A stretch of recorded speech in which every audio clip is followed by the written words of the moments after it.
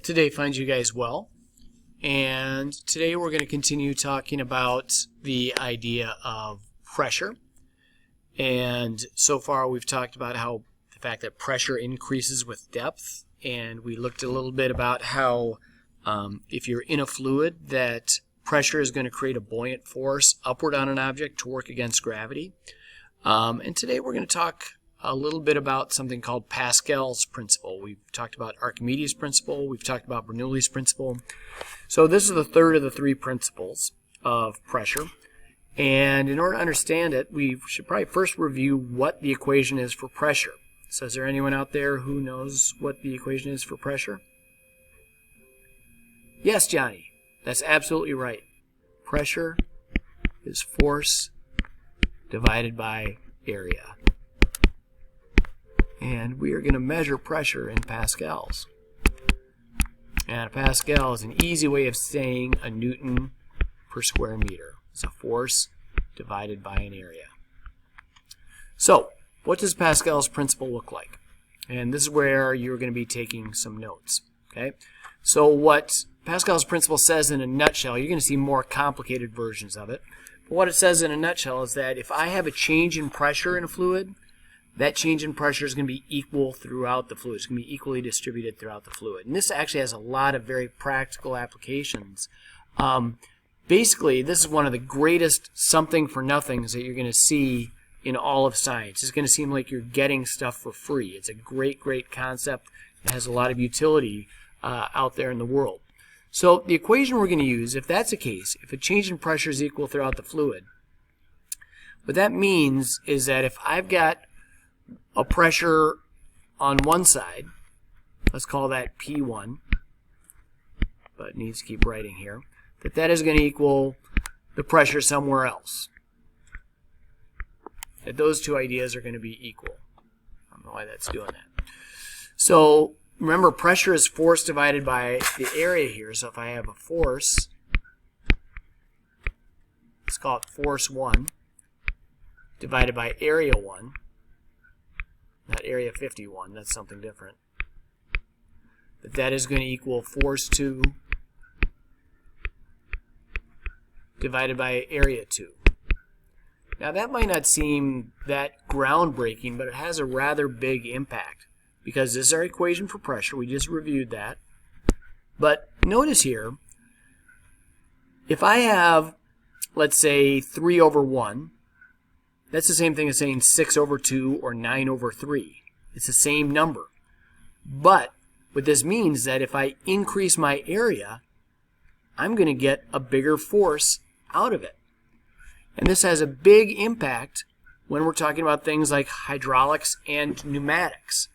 Because if I've got a closed system here and I have a couple pistons, I could have a small area and a small force, and somewhere else in that liquid I can create a large force using a larger area. Okay, I can get stronger just by increasing my area.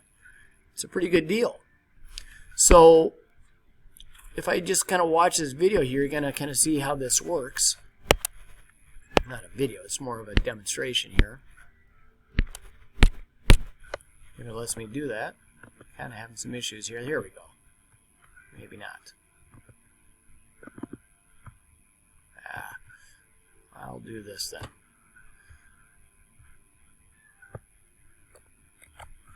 So if I set this up and watch this hydraulic lift here, just slide this screen over, and you guys can do this as well on your own. But notice that here I have a closed system. I have a big force here, this car. I've got a smaller force here, but I've got a smaller area.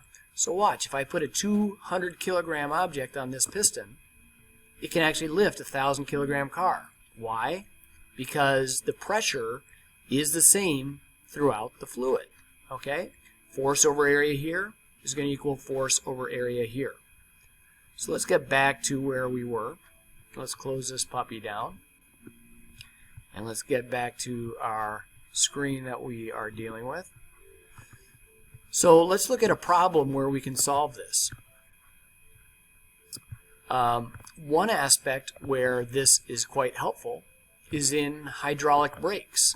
Okay, we don't want to be like the Flintstones where we have to stop the car with our feet. We need to use a little bit of science to help us out in the idea of pressure. So if I exert 100 newtons of force here, that's going to get multiplied by this lever system, but watch what happens. Here I have my hydraulic fluid, my brake fluid, right here in this master cylinder, and it has a small radius. So whatever force I exert here, now it's going to get distributed out through this liquid here. Now these have a radius of 2.5 centimeters. The area of these is much, much bigger, and so whatever force I have here is going to get multiplied in order to exert that force on those brakes. And it's going to allow me to stop a car that's traveling at maybe 60 miles an hour just using my foot. Okay, it's a pretty good deal. This is hydraulics. It's the greatest something for nothing in all of science. And it's all it is related to pressure, force, and area.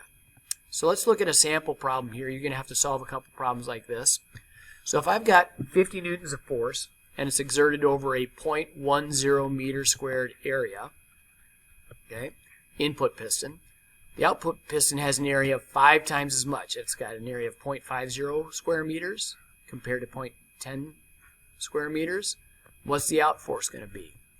Well, to solve this, as always, let's kind of draw a picture here to kind of visualize this. I've got 50 newtons over 0.10 meters. I've got an area of 0.50 meters here. How much force can it exert? So the given, force 1 is 50 newtons. Area 1 is 0.10 meters.